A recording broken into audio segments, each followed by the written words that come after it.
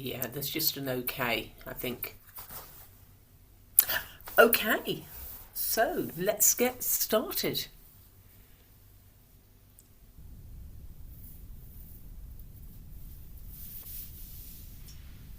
So, welcome everybody to our very first webinar. So, you're very much the guinea pigs today, and but what we're hoping is this is going to be a monthly event, and the numbers of people that join us each month will grow, and we'll have a little community who come along regularly for conflict solutions over coffee. So let's just get started by Lizanne and I introducing ourselves. Very briefly, I trained as a mediator whilst in my first career as a criminal prosecutor. And at that stage, I'd got over 10 years' experience actually as a manager, and I was seeing plenty of workplace conflict, particularly with lawyers, shall we say. And then I trained as a workplace mediator, and it literally changed my approach overnight. The sort of adversarial lawyer approach that had been probably embedded into me went, and the collaborative mediator approach evolved. And it was just amazing because I found it worked so well. But not only that, I really started enjoying mediating and using this. So, made a decision, I was going to change careers, and this year marks my 20th year as a workplace mediator. And I have to say that teaching others to mediate is just one of the favourite parts of my current role. And what I'm going to do now is pass you over to one of my favourite, if not my most favourite, past student. Over to you, Lizanne. Thanks, Sarah. And warm welcome to you all. So yes, I'm a workplace mediator. I have my own business, and that is my day job now after being trained by Sarah. Historically, I am a HR professional and been a HR professional for over 20 years, and decided to specialise 5 years ago as a workplace mediator. So I have a background in coaching and NLP practitioner.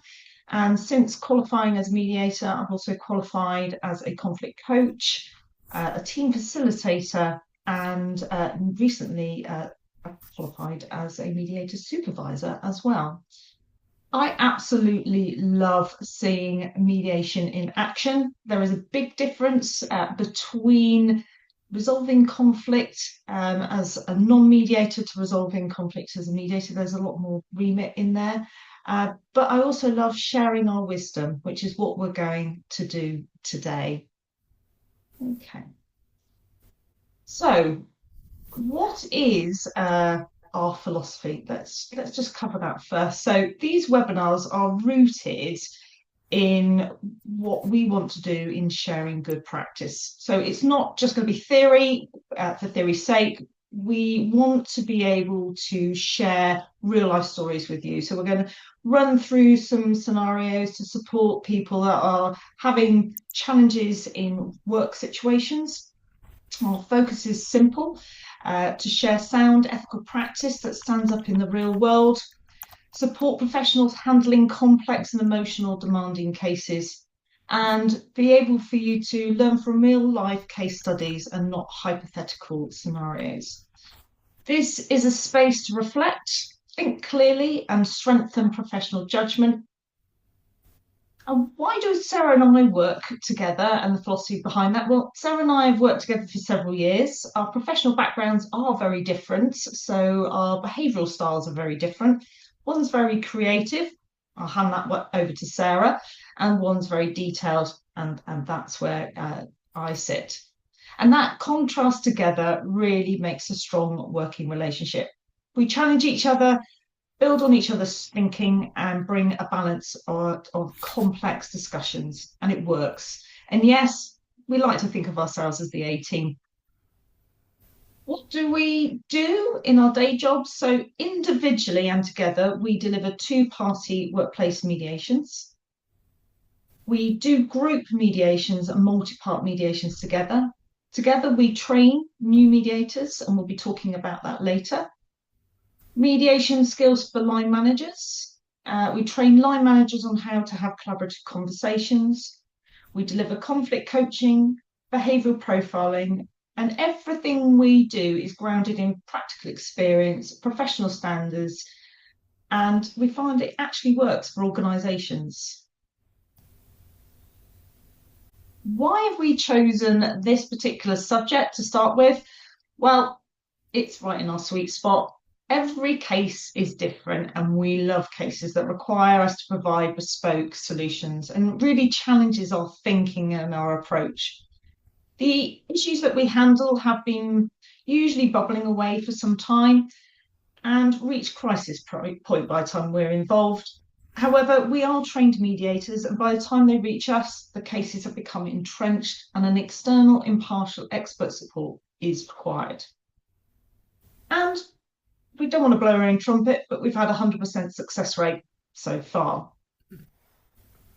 So what are the common things that we see and look out for? And I'm going to read these questions out and see if any of them sound familiar to you.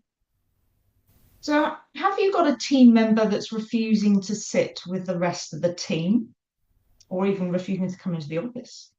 Have you got a team member that's resisting change and making an unhabitable working environment? Have you got a team that's point scoring against each other? Is there a team member whose neurodivergent behaviours are causing confusion? Has a friendship broken down within your team and is causing conflict? And is your team arguing over their roles and responsibilities? Is there a clash within your senior leadership team? Is there a conflict between leadership team and the delivery team? Is there a conflict between the leadership team and the delivery team? I've already said that. And is there a clash of values within your team? Any of that sound familiar to any of you? Feel free to raise your hands. We can't see him.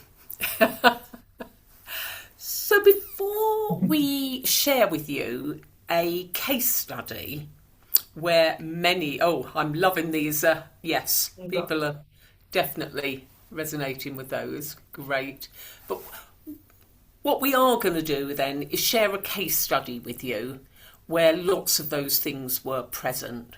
But before we go there, I'm just wondering, Lizanne, because we've got a small group, should we turn off the slide and just chat in terms of thinking about what are the actual human consequences of team conflict and the organisational impact? So how does this actually land in person?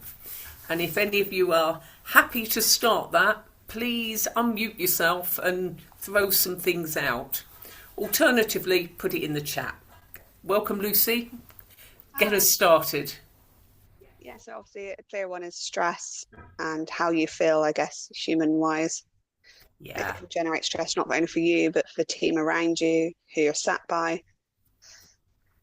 Yeah, absolutely. Karen? The chance that one or more team members will go off sick. Absolutely. Yeah. And causing like big, if you do get that level of sickness, it will cause real problems to the bottom line of the organisation. Yeah.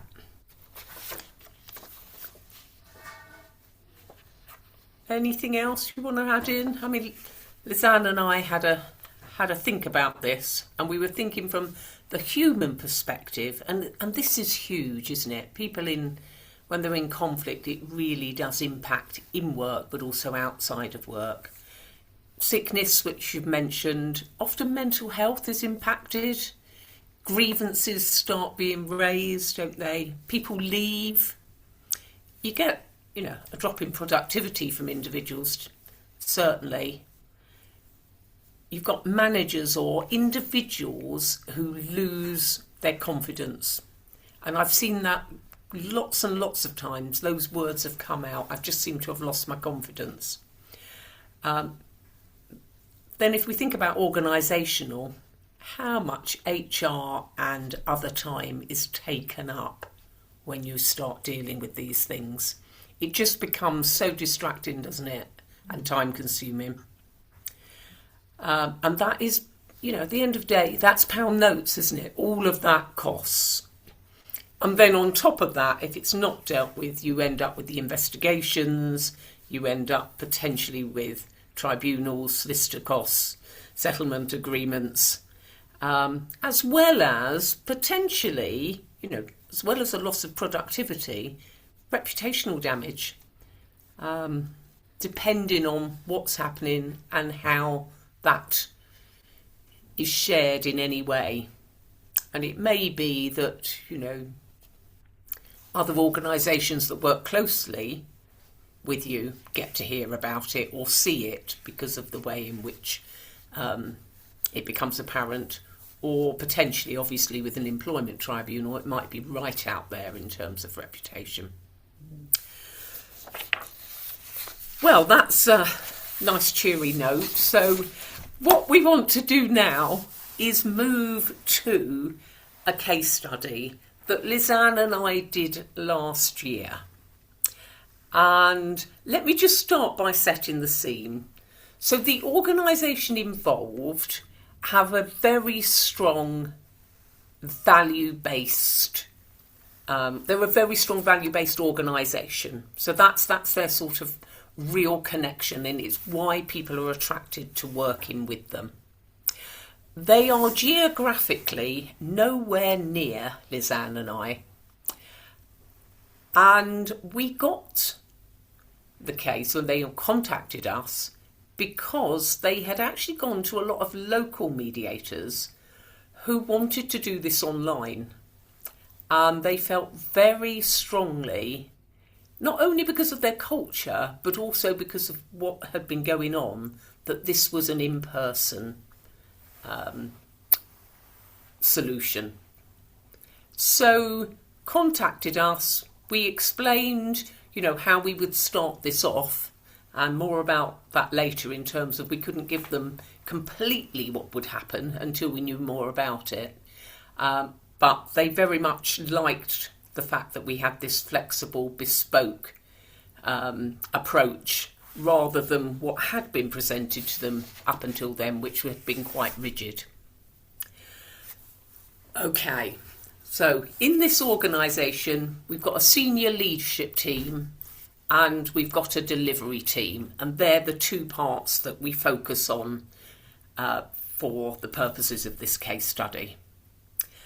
Within the delivery team, there had been really good relationships, and these had broken down. Staff had been in place quite a long time, and then what had happened was there'd been a lot of change, particularly at senior leadership level. So there was a new CEO in with a very different style, other changes in senior leadership. They had moved offices, so that in itself was happening alongside this. And what was really evident is there was a real clash now of ethos, values, potentially goals. And that was driving a lot of what was happening. So at a personal level, everybody we spoke to was really impacted by this within the team. Mental health, outside of work, there'd been sickness as a result. Communication was now being misconstrued, particularly emails. They had a staff shortage as well, so that was feeding into this. And the line manager, she had lost all her confidence. And because of that loss of confidence, the way she was behaving was probably different to what had been her usual way of approaching these things. The team members saw that, and they also felt that the line manager was no longer supporting them and the team and was effectively rolling over to the senior leadership team. we'd got one member of the team who now was refusing to come into the office and actually sit in the same room as our manager. And it was those two, so that team member and the manager, who were the two key members of the team where this started. But by now it very much spread to the whole team and outside of the team. It was clearly impacting on productivity. And there was concern that this was then going to cause reputational damage because of what they did and the other connections they had. And the SLT were really starting to get quite frustrated with this, by the behaviours, by the impact. Hence, it reached crisis point and we were contacted. So let me take you now as to what we actually did. So between us, after a background, meeting, discussion, proposal as to how we might take this forward, we then met with each member of the delivery team individually. So Lisanne, some of them, myself, the others. And pretty much there was a similar approach to each of those in that we wanted to understand their perspective on what were the issues that were causing this.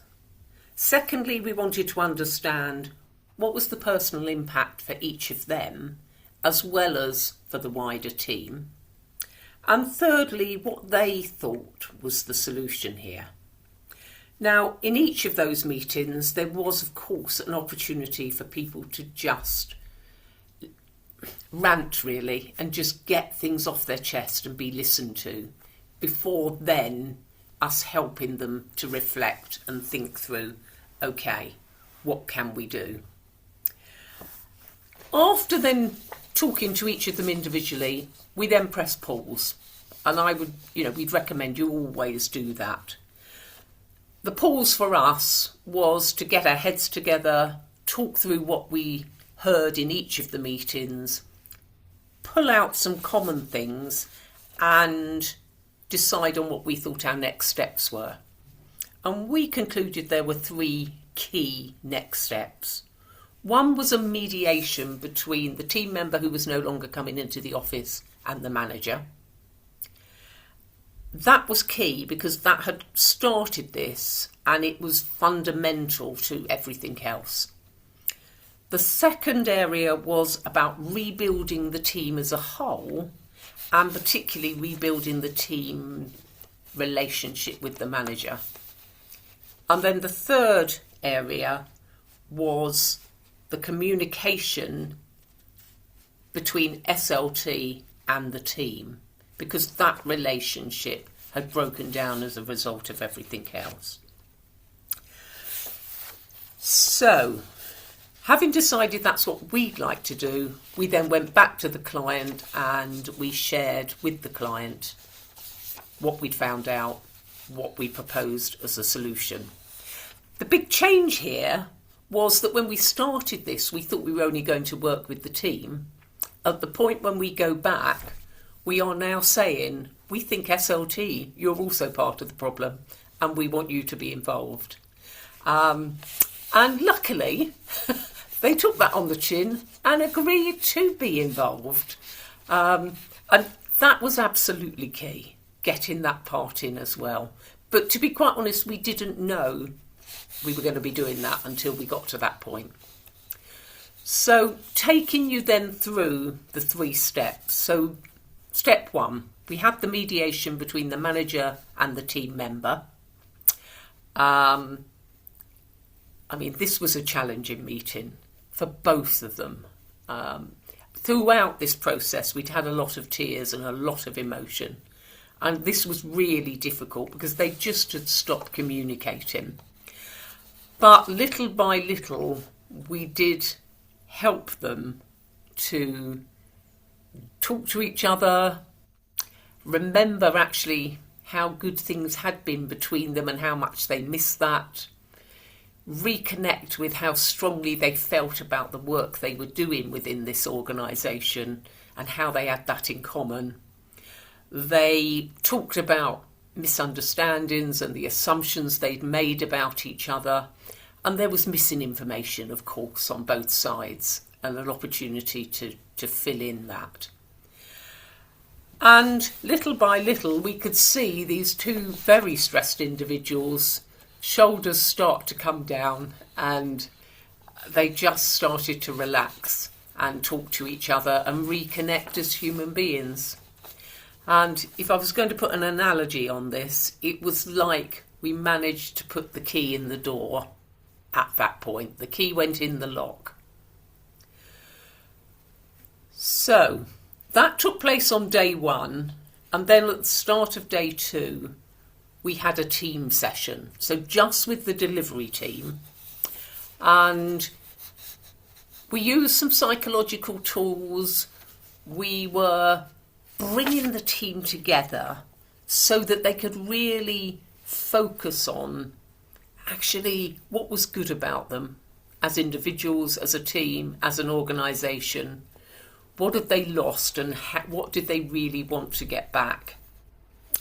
And just by doing it using various tools, you help take away that really strong emotion that's happening for each of them, and help them to look at this as, yeah, this is a conflict. Conflicts happen. They're not alone in this, but what's happening and what, more importantly, could they do about it? And we looked at the change in particular, because the changes in senior leadership team and the change of location of the office had been big for both, right across this. That had really impacted. So again, using a tool helped them to think that through, and in particular recognise what they couldn't change now themselves, but what they still had some control or influence over, and how they might best use that. And by the end of that, we had a team who were now communicating, laughing with each other, and connecting again. Step 3 then was involving the senior leadership team. And we did something we hadn't done before, but we decided to set 4 key questions, which we gave to the team, but we also gave to SLT, who were in a completely separate part of the office. And those 4 questions were: what does a good future look like at the organisation for their particular team? Secondly, how do you think the other group are going to answer that question? So getting them to put themselves in the other people's shoes and think about it from their perspective. Question 3 was, where do they think the gap is currently between SLT and the delivery team? And question 4 was, what do they want from each other in order to achieve the goals for their own team?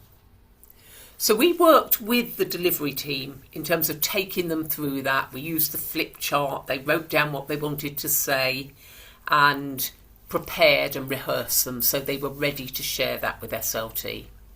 As far as SLT was concerned, we gave them the questions, but they were very happy to do that work on their own. And then we got them together. So we got them all in the room. There was some tension, without doubt. The SLT sat one side, the delivery team sat the other side, and you could feel the tension. And again, we used a psychological tool. We used behavioural preferences. And we helped the team both teams, first of all, to just have a bit of fun in an interactive way, celebrating the strengths of each other, recognising where they were very different in the way they liked to approach things. And it just calmed some of the tension that was really evident. And then we focused this right into communication. And once we'd done that, we invited the team to share the answers to their 4 questions with SLT and asked SLT to just listen. And then we swapped it over and they listened, they heard. So did it work? Absolutely it did. And I'd just like to share with you the lovely testimonial we got from the team manager afterwards. Just give you a minute to read that.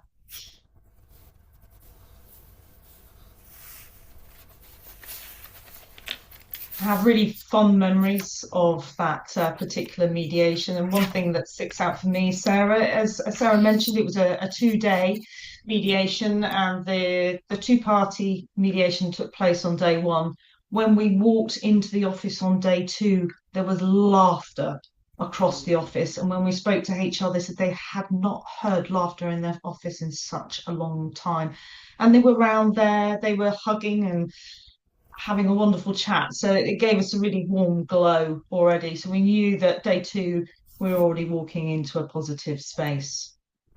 So we have highlighted, yes, we're mediators, we're qualified to deal with really complex cases, but there are some key things that you can take from that case study and apply into workplace in your own scenarios. So I'm just going to walk you through the steps you can take within your own workplace scenario. So number one, recognize there is a problem. Half the battle is actually recognizing there is one. The ones where you ignore it and hope it will go away are only going to get worse. The second thing is to identify the options available to you. And one of them is have you got the right skilled people to address the problem? So think about who would you get to have those conversations with the people. Does the team have the respect for the individual, and is there impartiality from the case? So that is really important. And if you haven't got the right person, where are you going to get that from? The next stage is to get the buy-in from the team to address the issues. Talk to them individually, top down. And there are 3 questions that we recommend you ask each of those individuals in a confidential space. And I would position it that anything that they do say is within a confidential relationship between you and that party. What are the key issues? Now, when you're walking into that meeting, you may have assumptions already of what you think is going on. And so you need to make sure you park your assumptions and put them to one side, because there's a high chance it's not what you think. The second thing is, what is the impact on them and the team? Each of them is going to be impacted very differently, so it's good to understand what impact it's having on them. And what outcomes are they looking for? Now, the likelihood is there are going to be common themes, there's going to be common key issues that are arising, and that's what you need to pull out. So at that point, you need to hit the pause button and analyse the information that you've got in front of you. So where we've taken you to at that point is the diagnosis point. The question now is, what are your options that are available to you? Now, this is where the caveat comes in. We can't give you a flow chart for the next part, as every set of circumstances is different and not one size fits all. The key is not to avoid it. It won't go away. It's likely to get worse. The parties want to be heard. They want it to be handled. Don't make assumptions. And they want to be listened to. So listen to what they have to say. Here are some examples of how we've dealt with different cases. Number one, if it's an obvious conflict which stems from 2 individuals, explore facilitated conversations between the 2 of them. Number 2, if it's a team morale issue, consider team facilitation with behavioural profiling, which works because it doesn't target any individual in particular. It looks at the team as a whole from a positive element, celebrating their strengths. And number 3, if it's a team that's isolating a manager or managers, consider compiling well-chosen open questions which you can ask each group to answer and then facilitate those answers. So we're going to wrap up now. Thank you ever so much for attending our first one. We are really hoping that, as I said at the beginning, that this will grow and we'll get a little community together. We're looking to run the next one on Thursday, the 12th of February. Again, we'll go for 10:30 if that seems like a good time for people, although, you know, we do recognise it might be worth trying a different time, and we'll think about that. And what we thought we would have as the topic next time is behind closed doors. So to share with you some of the secrets of what's actually going on when we are mediating. Now, we put up there, we've got 6 free consultations if you're interested. Lizanne set aside an hour tomorrow to do 3 of them, and I have on Monday, when again there's 3 more slots available. So if you would like one of those, please let us know. There's a link in the chat box. Yeah, link in the chat box for those. And I think I have to mention, although I appreciate, Karen, you're already on it, we do have in March some mediation training running. We've still got a couple of places left, and we're hoping that we'll fill them. If you're interested in that, please again get in contact, and we're also going to stay on the line now for a short time. I think I'm going to stop recording.